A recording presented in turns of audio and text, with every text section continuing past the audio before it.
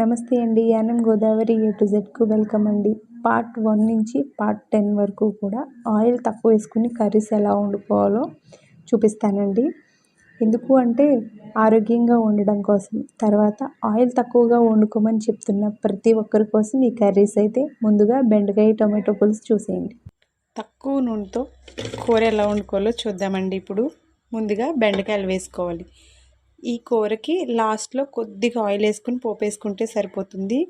ఇంకా ప్లస్ ఏంటంటే బీపీ వాళ్ళు, షుగర్ వాళ్ళు ఎలా నూనె తక్కువ వండుకోవాలి, నూనె తక్కువ వేసుకుని అనుకుంటారు కదా, వాళ్ళందరికీ ఇలాంటి కూర బెస్ట్ అని చెప్పొచ్చు.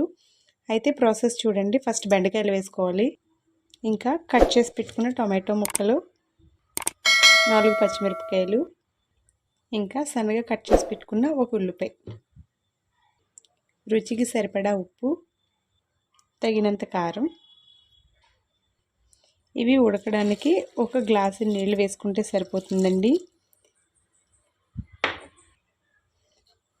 బెండకాయ ముక్కలు, టొమాటోలు ఉడకడానికి ఈ నీళ్ళు అయితే సరిపోతాయి.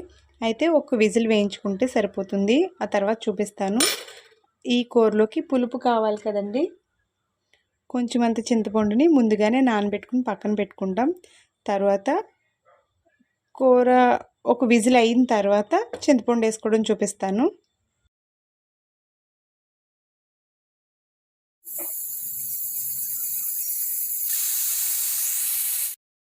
కుక్కర్ విజిల్ వేసిన తర్వాత ఇంకా ఇలా అయితే ఉంటుందండి. అంటే ఇంకా పులుసు పలచగానే ఉంటుంది. ఒక 2-3 సార్లు గరిటెట్టి బాగా కలుపుకుంటే ముక్కలు కొద్దిగా కలుగుతాయి. తర్వాత మనం పక్కనే పెట్టుకున్న చింతపండు గుజ్జుని వేసుకుని ఇంకొక 10 నిమిషాల పాటు మూత పెట్టుకుని ఉడికించుకోవాలి.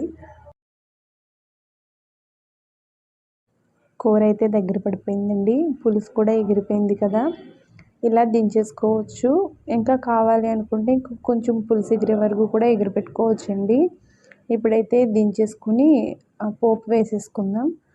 గరిటెట్టి ఒక 4-5 సార్లు కలిపితే ఆ ముక్కలన్నీ కొంచెం మెత్తగా అవుతాయండి. కూర అయితే ముక్కల్లా కాకుండా గుజ్జు గుజ్జుగా ఉంటుంది, బాగుంటుంది. ఇంకా పోపుకి కావాల్సిన ఇంగ్రీడియంట్స్ కూడా చూసేయండి. ఇంకా పోపుకి ఒక 1/2 స్పూన్ ఆయిల్ వేసుకుని పోపు వేసేసుకోవడమేనండి. ఇలా పోపు వేసుకున్న కూర నూనె లేకుండా, నూనె తక్కువ చేసి వండుకోవచ్చు.